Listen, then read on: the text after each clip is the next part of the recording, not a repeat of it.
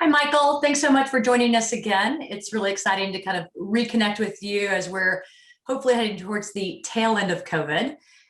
We thought it would be great to put together another series like we did at the beginning of COVID, now that things are opening back up, on kind of things we need to consider when we are out in the market, seeing people in person again, having hybrid situations, and how best to handle that from a communications perspective.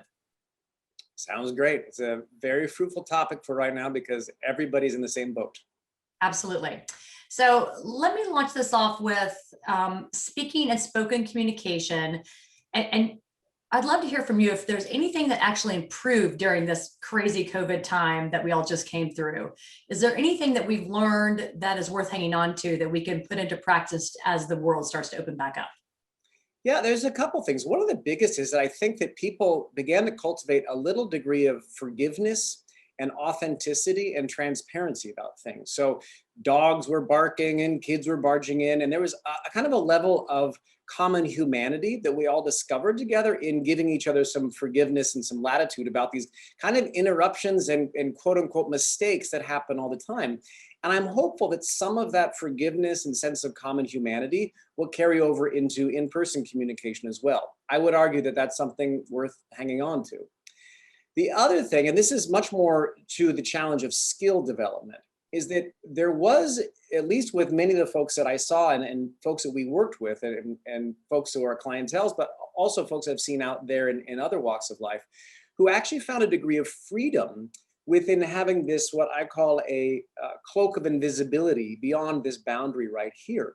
So that people could be doing little bits of exercises or activities to perhaps force themselves to get into a conversation or remind themselves to pause or slow down at certain points, actually by using their body, whether it's a physical sort of kinesthetic approach, or actually noting, perhaps they have a little reminder right there to remind themselves to do something. So some folks actually gained some skill as communicators through this whole process. So I think that was something else that's worth hanging on to.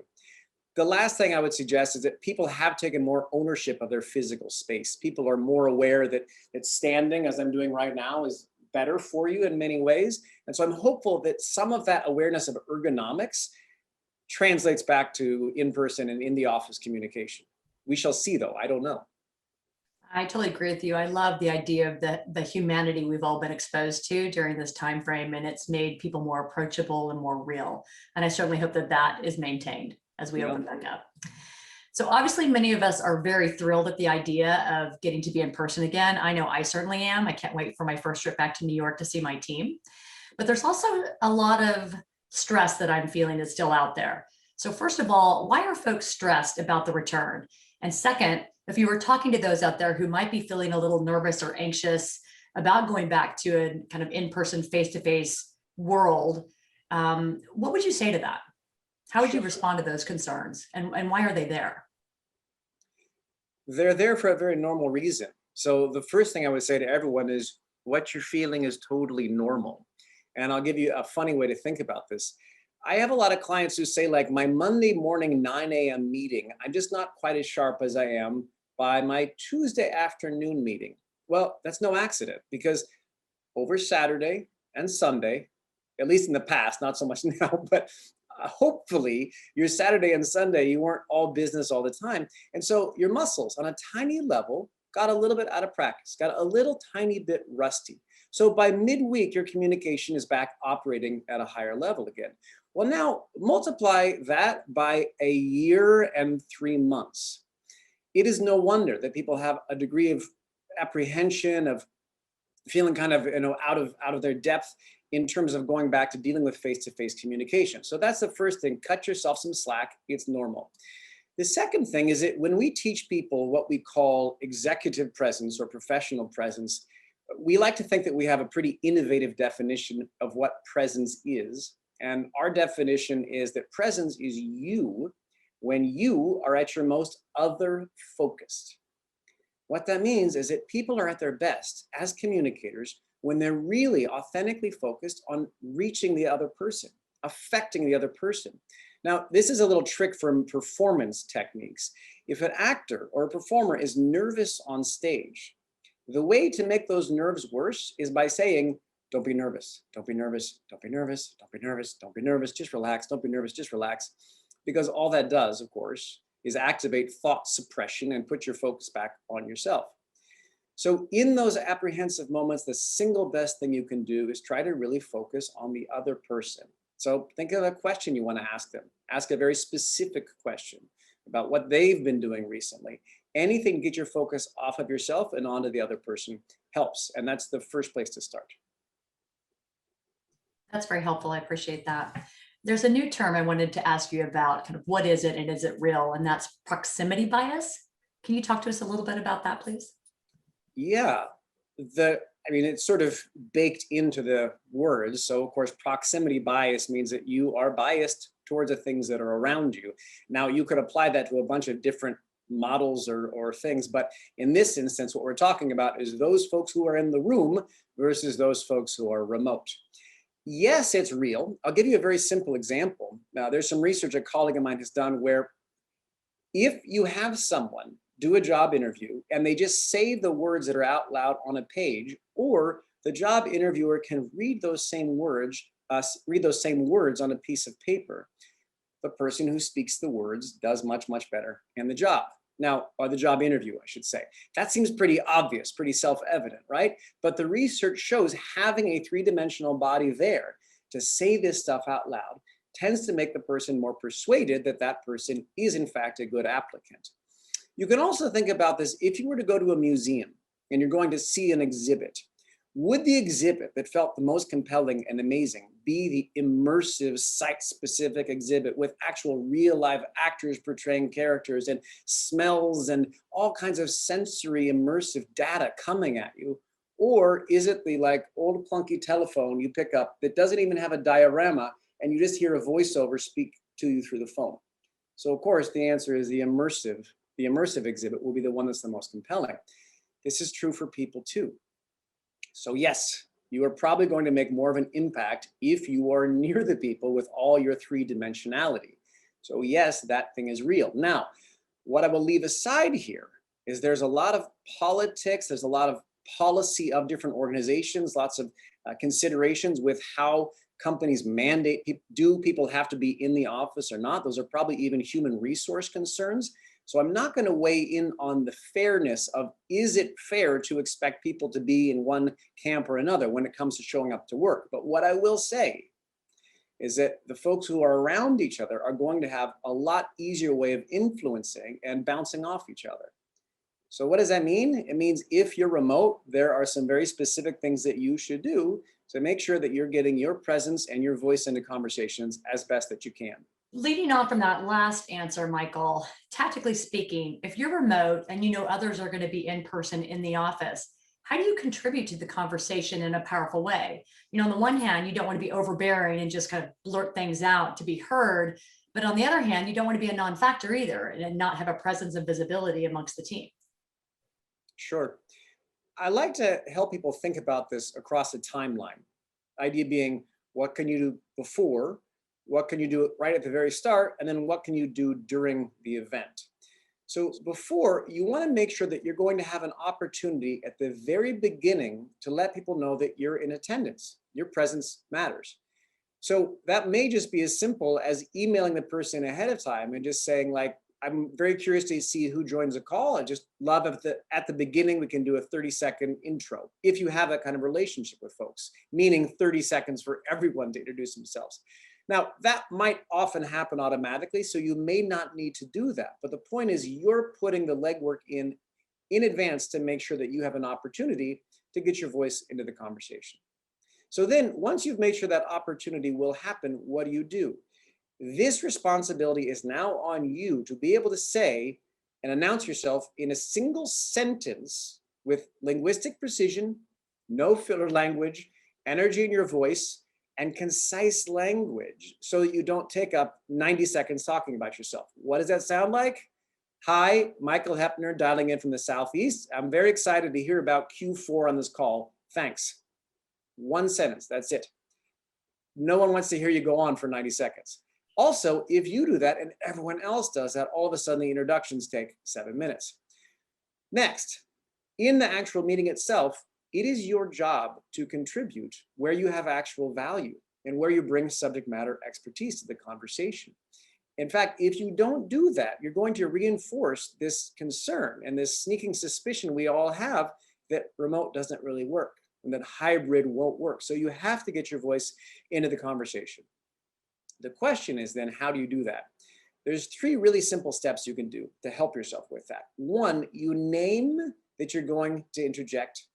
Number 2, you give context as to why you're doing it. And then 3, you build on the conversation in an additive way. So what does that sound like? It sounds like, let me interject here. Now, the reason you're doing that is it's hard to read if the conversation in the room has hit a lull or hasn't, because you can't read body language as well. People might not even be within your view. So naming that you're going to do it gives you some license to make some sound while others are also making sound. Then the second part is you want to give people a sense of why you're doing it. So that's the context step.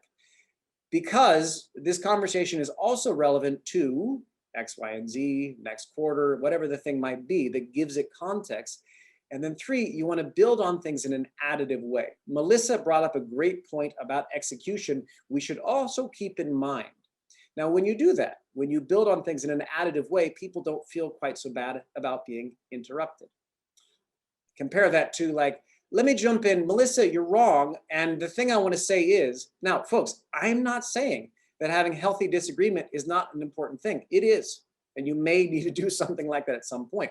But if you're just talking about how do you make your presence known and felt when it should be, that's a very simple way to do so. The final thing I will say about this subject, though, is this. Don't talk just to hear yourself talking. Don't feel like if I don't say something, then I'm not valuable in this conversation. So I'm just going to say something no matter what it is, because then you risk, by the way, actually doing 2 things. Undermining our confidence in remote and hybrid communication as a thing, and also undermining your professional reputation, your value proposition of what you bring to the table. If you talk for 3 minutes on some subject that no one cares about and is not relevant to the discussion, and because you're a bit nervous, you speak about it with a monotone voice and tons of filler language, it's not going to benefit you. 2 things I take away from that are 1, being content rich, which is what we strive to do here at Jamesbeck. And 2, not only what you're discussing is appropriate for the person that's trying to be heard who's hybrid, but I also took away, if you're leading the meeting, make sure you give everybody an opportunity to kind of say their piece, where they're coming from, and have that opportunity to say that one content rich piece. So it's very important for the person moderating the meeting to give everybody some airtime, which I think is important. So this leads me to my next question. If you're in person, and maybe you're leading a meeting or call, which has people from home and people in the office with you, what are the best practices for that? How do you make sure you include everybody as that leader? One of the simplest things you can do is really increase your skill with what I call question awareness and agility. And all that means is that when you ask people something or you give them a prompt, you're incredibly specific about what you're asking. So I'll give you an example at just the very beginning of kicking off the meeting. If you say, well, let's everyone go around and just kind of sound off and introduce yourself, which is how a lot of meetings start. 7 minutes later, we're still doing that activity. Like, oh yeah, I'm Michael, and it's been a strain. Oh wait, hang on. Oh yeah, okay. Anyway, yeah, what's going on? That introduction eats up 1/3 of the meeting as we're all spending time talking. So instead, that leader can very simply say, hi, everyone. I want to make sure everyone knows who's on this call. I'll give each of you, let's see if we can do it in 10 words or less, which is who you are, where you're dialing in from, and the subject you want to learn about most in this meeting. 10 words, folks. Are you ready? Melissa, can you start us off? Now, of course, you have to do that with some positivity and energy in your voice, so it doesn't sound like you're being a dictator. But what you've done there is said to everyone, you get 1 sentence, people. And that way you're much more likely to have a sense of roll call of who's there, but we also haven't eaten up 1/3 of our meeting time on the introductions. That same skill can persist throughout the entire meeting. So let's say at the 26th minute of the meeting, you realize 2 people have dominated the entire time. Well, I would argue you should have hopefully become aware of that at like minute 14 or 17, not minute 26. But let's say you just become aware at 26, the same thing applies. This has been really productive. I want to also make sure we get some contributions from the Southwest region, the group dialing in from wherever, So I'm going to ask this question. Let's do rapid fire. I'd love to hear from 4 people in those 2 regions. If you had to identify 3 things, and folks, I'll give you about 10 seconds to think about this. If you had to identify 3 things we should do next, what would those 3 things be? So take a moment, think about that a little bit, and then I'm going to go ahead, and Melissa, in a second, I'll come to you as the first person in the Southeast region and get your thoughts on that. All right, so Melissa, whenever you're ready. Now that's a lot of verbiage you just heard me do, but what happened in that? As I said, the meeting's coming to the close. In a second, I want to hear from folks who've not spoken up yet. I've given those folks a bit of an alert. Hey, the attention's coming to you. I've given you very clear parameters about what those contributions are going to be, and therefore actually helped you a little bit and teed up how at the 29th minute and 59 seconds, I can very succinctly say, we need to stop this meeting now so you're all on time for your next event. That same skill, question awareness and agility, can persist throughout the entire meeting if you're the one leading the meeting or the session. I remember you raised that with us when we did our first series on how do you, if you're all hybrid, how do you not talk over one another and make sure everybody has their time in the spotlight and there's somebody kind of narrating the meeting, which is kind of similar to what you're saying. So that was super helpful.